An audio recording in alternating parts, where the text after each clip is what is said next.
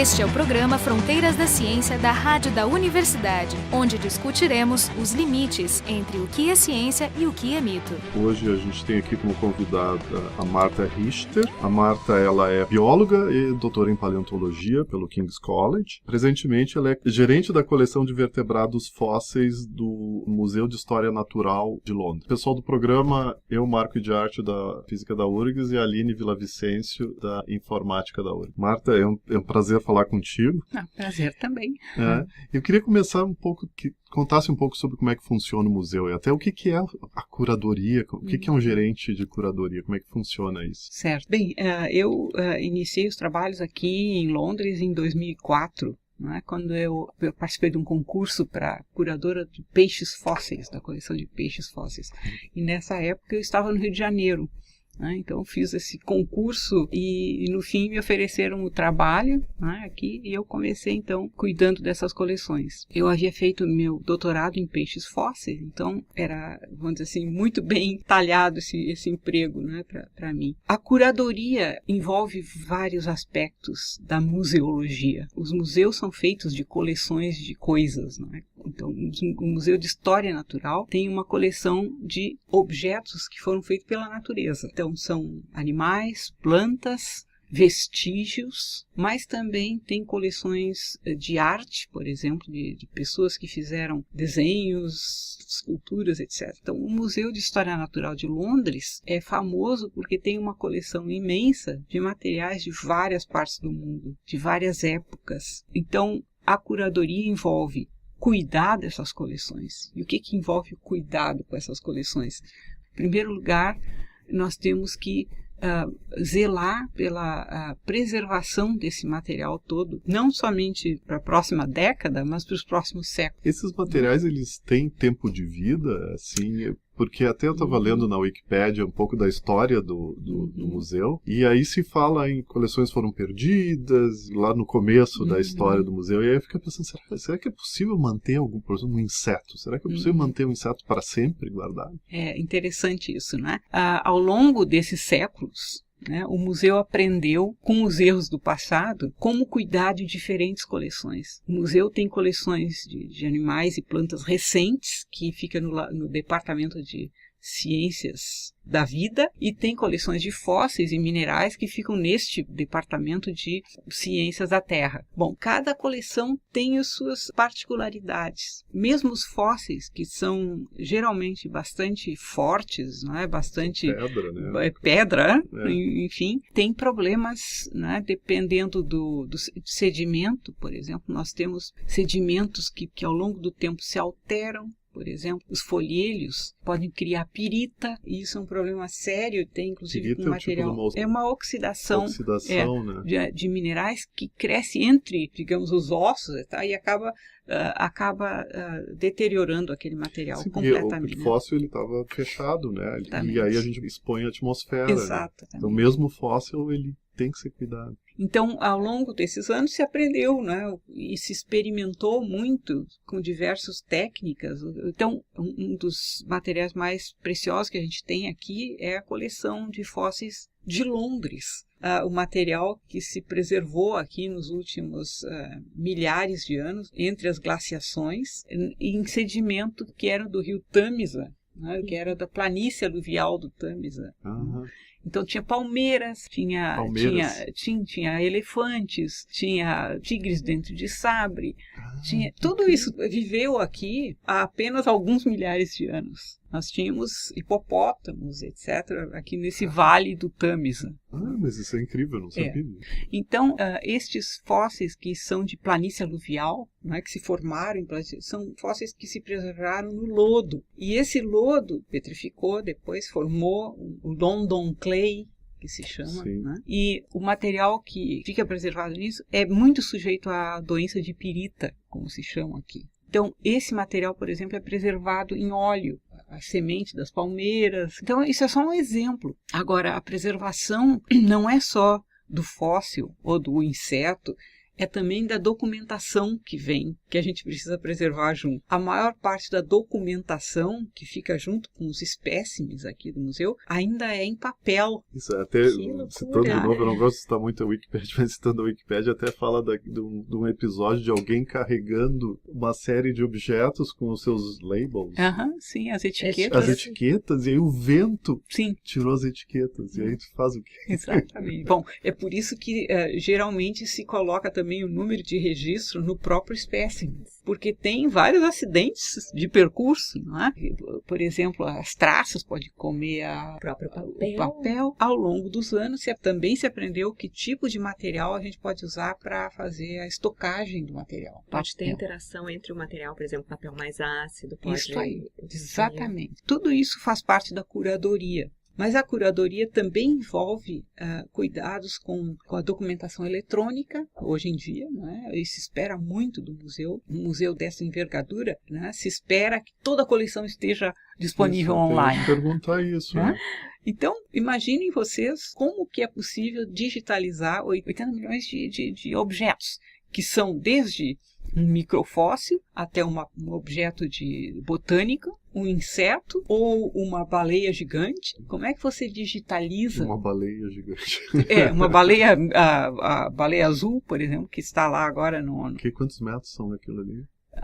28 metros. 28 metros. A digitalização é terceirizada ou o este... museu tem o seu departamento digital? Nós temos um sistema chamado QEMU, que nós fizemos o tailoring dele, né? Nós fizemos um ajuste deste software de catalogação que iniciou na Austrália, que é usado também pela Smithsonian e pelo Museu de História Natural de Nova York. Nós também temos, só que nós fizemos um ajuste desse software, né, para comportar o tipo de dados que a gente tem aqui. Então é um sistema bastante complexo e os curadores têm recebido treinamento, né, para poder usar esse sistema. Um sistema modular, né? Então você inclui as informações em diferentes módulos e todos esses módulos estão ligados ao catálogo. Então você coloca uma bibliografia, etc. Bom, se você entrar no Data Portal aqui do museu, vai ver que já tem muita informação disponível, mas em termos de fósseis, são apenas 2%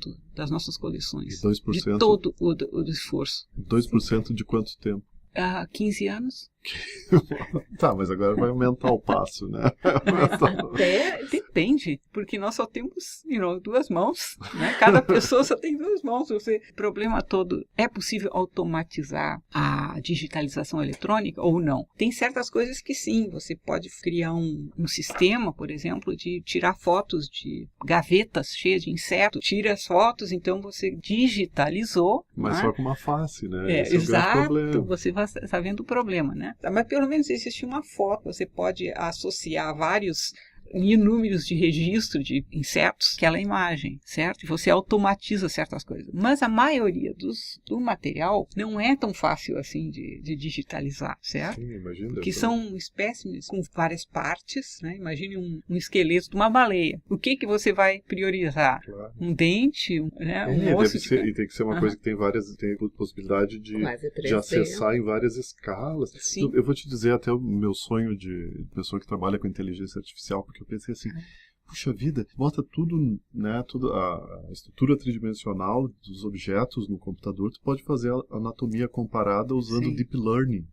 Sim, né? sim. Né? Tu aperta um botão lá, porque o negócio do Deep Learning é que a gente não precisa pensar mais, a gente só aperta o botão e ele diz se pra fosse gente. assim, né? Não é, mas infelizmente não era. Não, mas eu acho que é fantástico realmente como avançou a tecnologia em essas frontes aí, né? Você pode fazer uma cópia 3D de um fóssil, por exemplo, e colocar esses dados, né, à disposição. E o museu agora tem como princípio colocar todos os dados livremente acessados no Commons. Tá? Nós temos em compromissos. Isso tem a ver com o fato do museu ser free for all, assim, ser livre? Bom, ou é parte disso? Tem a questão da entrada livre no museu está ligada diretamente a recursos que são liberados pelo governo. Se o governo para de liberar recursos para pagar, por exemplo, salários, né, o museu não teria condições de ter entrada livre. Mas isso é só uma parte dos gastos. Digitalização, por exemplo, exige mais do que o grupo de curadores que a gente tem, que na verdade tem mais ou menos 100 diferentes atribuições dentro do museu. Que seriam as né? usuais. Aquelas. As usuais. Sim. Mas as extras, vocês fazem projeto? Pois é. Então, na verdade, a gente tem que levantar milhões de libras para digitalizar toda essa coleção. A Smithsonian, por exemplo, digitalizou, acho que são 10 milhões de espécimes, mas eles tinham um batalhão de ditadores, né? E também depende do número de atributos daquele espécime que você vai digitalizar. Que exatamente que vai ser digitalizado? Vai ser escolhido um de cada, se vão ser escolhidos vários com diferentes características. Mas a gente tem esse compromisso de zelar pelas coleções. Eu me lembro até quando eu estava ainda no meu ginásio lá no Brasil, um professor de ciências disse assim, se vocês descobrirem uma nova espécie de planta ou animal, tem que mandar para o Museu de Londres, porque é lá que eles guardam os holótipos, tentando explicar o que eram os holótipos, que legal. certo? É bom esse teu Bom, professor. os tempos mudaram, mas é porque o holótipo é aquele espécime, né, que representa uma espécie, É o certo? protótipo. Se você acha alguma espécie, assim, o que isso aqui é uma espécie nova para a ciência ou não, você vai comparar com o holótipo. E havia e ainda há confiança de que este museu vá cuidar dos holótipos para sempre. É que nem os padrões da física, né? Exato. Guardavam metro, coisa assim. Exato. Só que aí a biologia é bem mais complicada. É bem mais complicado, porque é único. Aquela espécie é único. Assim como o Museu de História Natural de Londres, existem museus que são... Falou do Smithsonian, mas existem museus que são parecidos em termos de fama e de tamanho de coleção. Sim, eu diria, por exemplo, que tem muitos museus na Europa. Cada país tem o seu museu de história natural. A França tem, né, em Paris, tem em Berlim. Tem também o Museu de História Natural lá, tem várias capitais, tem museus de História Natural. Eles variam em termos de conteúdo e profundidade do material que tem nas suas coleções. E geralmente os museus têm mais material local, da sua fauna e flora locais, etc. Na verdade, um dos meus sonhos que eu compartilho, tenho certeza com o pessoal da UNB, é criar um Museu de História Natural em Brasília. O Museu Nacional. O Museu Nacional é um museu de história natural, mas ele tem um museu histórico, ele tem uma parte histórica também. O Museu Nacional tem muitas coleções importantes de paleontologia, de arqueologia, etc. A própria Universidade Federal do Rio de Janeiro, lá no Fundão, também tem coleções. E agora estão com esse programa que houve na última década de interiorização das universidades. Se criaram muitas universidades e isso deu oportunidade, inclusive no Rio Grande do Sul, né, para que se formassem subgrupos agora que estão crescendo e criando coleções no interior do estado. A natureza local, né, mas de forma mais fácil, é mais barato, inclusive.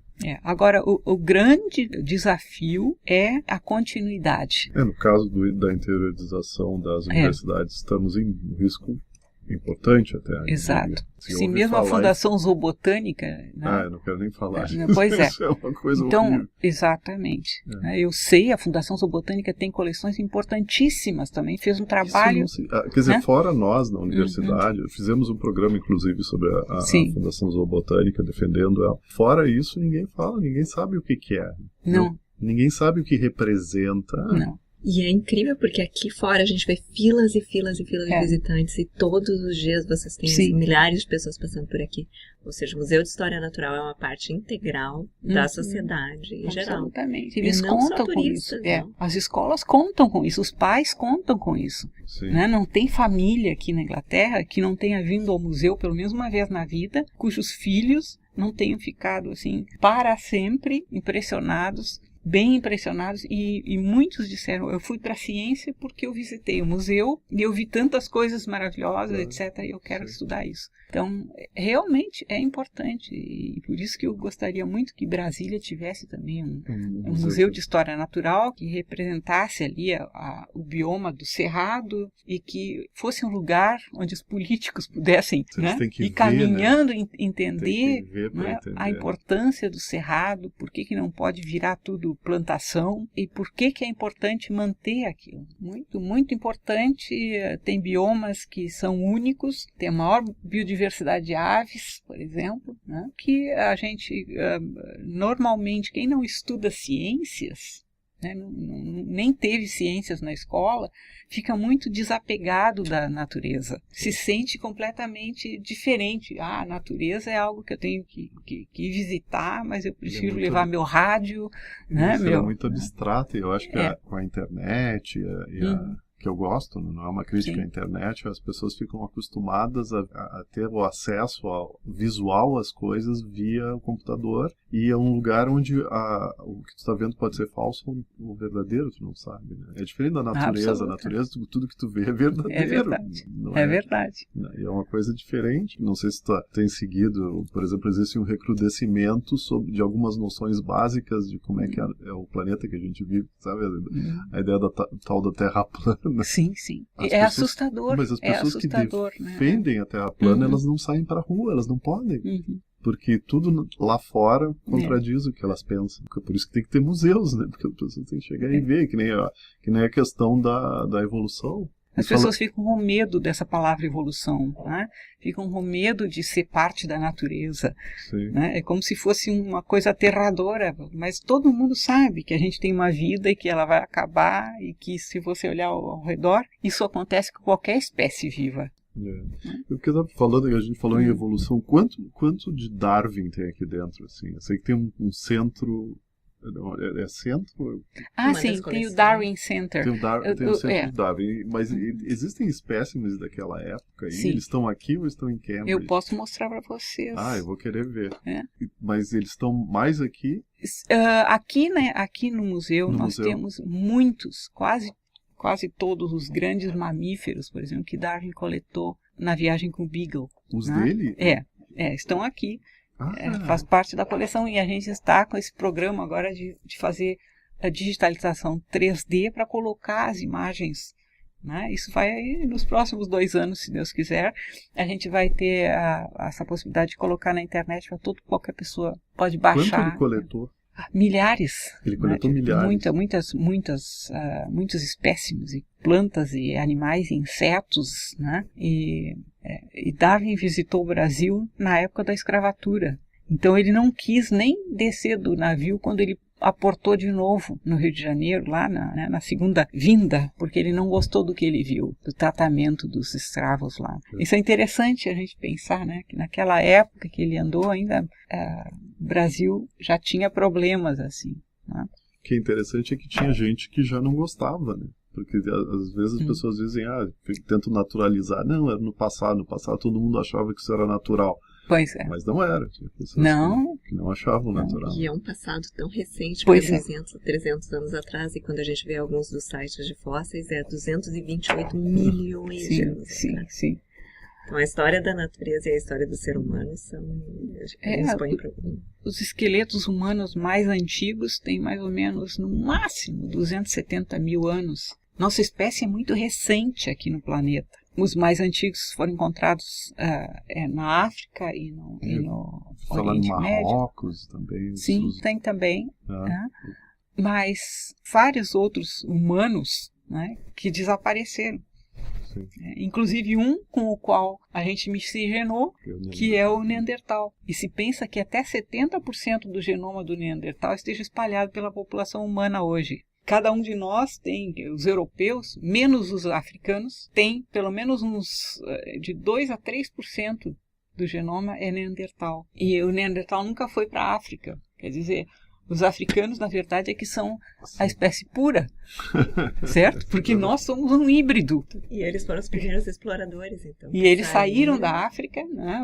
O ser humano se originou na África, saiu da África para colonizar então o Oriente Médio, depois a Ásia, a Europa, e lá encontrou o Neandertal, que já tinha saído antes da África, e eles conviveram por alguns milhares de anos. E tu nos mostraste aqui uma reconstrução que foi feita, e é incrível, é muito parecido com o Homo sapiens. Né? Tem algumas das proporções diferentes, né? Ele parece que a cabeça é maior, diz que ele era mais fortão, né? Ele o crânio tinha uma capacidade maior, eles tinham um cérebro maior comparativamente ao ser humano, né? Tinha um sobrolho bem mais acentuado. Mas o que eu ouvi falar dos Neandertais é que, do ponto de vista de cultura, não variaram muito por muitos anos, não foi que nem os Sapiens. Bom, com o Homo sapiens houve uma explosão tecnológica. Isso aí, certo? Parece que o Neandertal ficou estável por muito tempo do ponto de vista tecnológico. Mas isso são baseados em informações que a gente tem sobre os objetos, né, que eles deixaram para trás, até decorativos, né, coisas que eles tinham, eles enterravam os seus mortos. Quer dizer, eles eram muito parecidos, na verdade. Tanto assim que foi possível miscigenar as duas espécies, mas o ser humano realmente deu o pulo do gato. Né, em termos de tecnologia. Só que o ser humano modifica muito o meio ambiente, muito rapidamente. Onde vai o ser humano, ele vai transformando o meio ambiente. O ser humano, para ele sobreviver, ele tem que aumentar a área de exploração. Ele não consegue se estabilizar, ele tem que sempre estar crescendo essa área. Né? E isso é uma coisa perigosa com o planeta finito. Né? Bom, exato. O planeta não está crescendo, não está aumentando de tamanho. Né? E o mais interessante é que tem gente que pensa, mas se nós ficarmos aqui em superpopulação, etc., vamos para Marte, vamos para outros planetas. É o tal chamado Tecnofix, né? Tecnofix. É a crença que no futuro, ali adiante, a gente vai achar o jeito de resolver o problema que eu estou fazendo hoje. Exato. Outro problema também é que a gente não consegue, geralmente, pensar nas próximas gerações. A gente pensa só, assim, talvez no máximo nos netos, né? Isso. Mas não pensa nos tataranetos, nos que vêm depois, Por né? isso que é importante visitar museu, né? É que no museu é que tu tem a perspectiva essa do tempo, das diversas gerações, né? Porque a gente vive um pouco entre duas gerações, né? Entre os pais e os filhos. Né? Quando a gente pensa nas proporções, assim, de números 200, eu estou impressionada com os 228 milhões de anos também, de alguns dos fósseis. E a gente pensa o quanto que o ser humano mudou a Terra nesse pouco tempo que ele conviveu aqui. E o crescimento exponencial da população também é outro problema, já virou um problema agora, porque a população humana está dobrando de tamanho a mais ou menos cada 40 anos. Nós somos agora, quantos? 7 bilhões. Né? Imagine o que vai ser com 14 bilhões. Onde é que vai ter emprego para todos? Onde é que vai ter pensão para os velhinhos que vão? Pesca? Área de plantação. E essa... Imagina se a gente supor que cada pessoa atual do planeta tenha acesso à mesma coisa que nós, as pessoas da classe média do Brasil, da Inglaterra, têm acesso. É impossível. Se cada 3, 4 pessoas tiver uma geladeira, nesse planeta atual é impossível. Bom, casas é um problema sério. Eu acho que a gente, como sociedade, tem que se questionar, né? Existe um jeito de tornar a sociedade sustentável. O Brasil vai ser sustentável daqui a 200 anos. O Brasil não está sendo preparado para ser sustentável, né? Eu acho que a gente copia um pouco a cultura dos nossos amigos do norte, dos americanos, que é uma cultura que não é sustentável. Ainda é da exploração dos recursos, predatória dos recursos naturais. E tu tem projetos no Brasil ainda? Sim, eu tenho projetos de colaboração científica com... Tu trabalha, a tua instituição é o museu?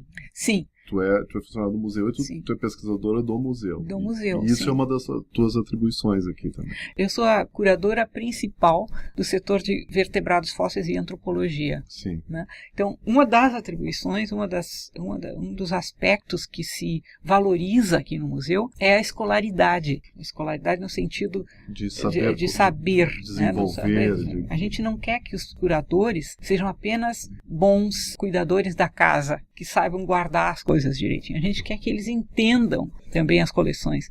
E parte disso, né, e eu sempre insisto quando a gente recruta alguém, é de tentar encontrar a pessoa com maior grau de escolaridade, que entenda aquela coleção do ponto de vista científico também, que esta pessoa vai ter melhor condição de entender como desenvolver aquela coleção, que materiais adquirir de forma ética e legal, né, e também como melhor receber os pesquisadores que vêm ver as coleções aqui também. Então, parte do meu trabalho também é ciência, também é a pesquisa científica. Tem as colaborações com universidades, existem expedições, tu faz expedições, sim, tu vai a campo. Sim, assim.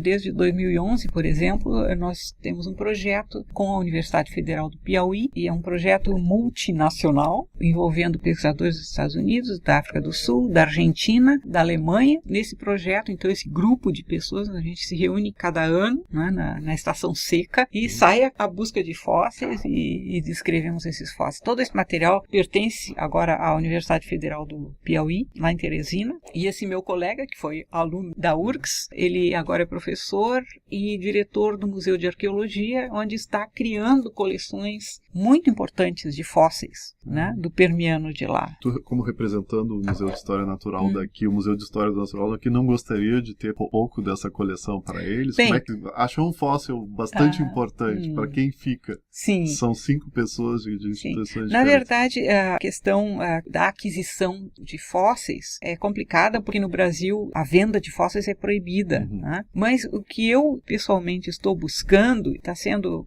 com bastante sucesso, é intercâmbio de material. Então todos os holotes, a série tipo precisa ficar no Brasil. Mas, por exemplo, eu estou agora fazendo um intercâmbio de material com a Austrália. Sim, né, que também também recebem. Isso, então a gente faz um projeto, vê que materiais que existe duplicação, por exemplo, lá na Austrália e aqui, e eu faço uma proposta. Olha, nós temos este conjunto de fósseis, né? E estamos interessados em fazer um intercâmbio com vocês. Bem, por que isso é importante? Porque eu acho que intercâmbio é uma das poucas maneiras hoje em dia de você continuar a crescer as coleções. Porque a gente tem a ideia de que intercâmbio é uma coisa temporária. Esse intercâmbio é uma coisa mais duradoura. Ela pode ser temporária ou pode ser permanente. Pode ser permanente. As minhas propostas têm sido de exchanges, né? Que são permanentes. Permanentes, sim.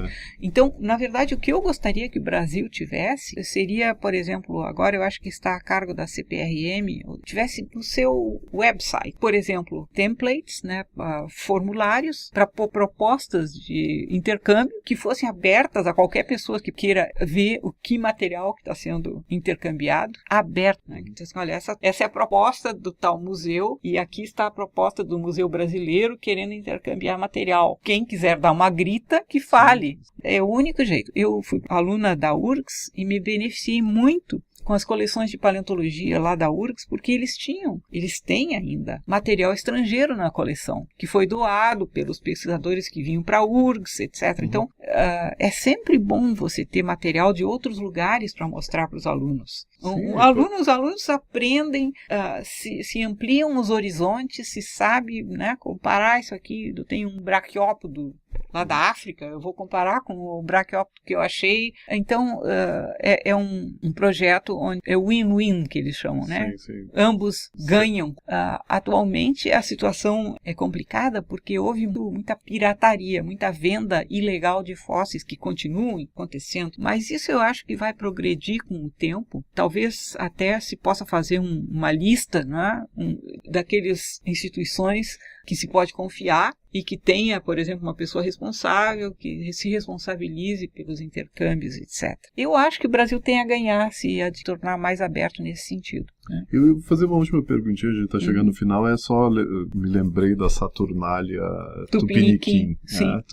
Sim, porque esse é um fóssil muito importante. Sim, né? é um fóssil muito importante. Tu participaste, está lá no paper. Eu era a chefe do laboratório lá do Museu de Ciências, né, do Laboratório de Paleontologia, e nós tínhamos um grupo, né, de paleontólogos jovens que estavam fazendo pós-mestrado, pós-doutorado lá, inclusive um argentino. Então nós organizamos esta expedição para ir coletar fósseis durante o carnaval. O que um cientista faz no carnaval?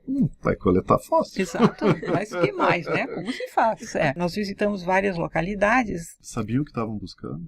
Sim, não pensamos que íamos encontrar dinossauros, porque o último dinossauro e o único dinossauro gaúcho que havia sido encontrado antes era em 1940 e tantos, 46, eu acho. Um material que está até depositado nos Estados Unidos. Mas, visitando uma localidade, parecia um terreno abandonado, meio íngreme, né? Pedimos licença para o pessoal que estava ali trabalhando numa oficina, né? Olha, queremos ver esse terreno baldio aqui, né? E entramos. A gente ficou muito surpresa, porque parecia um cemitério. Tinha osso em tudo. Tinha ossos, materiais espalhados, né? E o que nós essas pessoas do local, eles achavam que era aquilo ou nem se preocupavam? Não, todo mundo acho que sabe que Santa Maria tem fósseis, né? Mas aquele era um terreno particular, não era muito acessível. E nós entramos lá e começamos, trabalhamos sábado e domingo, né? De carnaval. De carnaval. E descobrimos 3 espécimes. Esse foi o programa Fronteiras da Ciência. Hoje tivemos como convidada a paleontóloga Marta Richter, que é curadora principal da coleção de vertebrados fósseis do Museu de História Natural de Londres. O pessoal do programa, Aline Villavicencio, da Informática da URGS, e eu, Marco de Arte, da Física da URGS. O programa Fronteiras da Ciência é um projeto do Instituto de Física da URGS.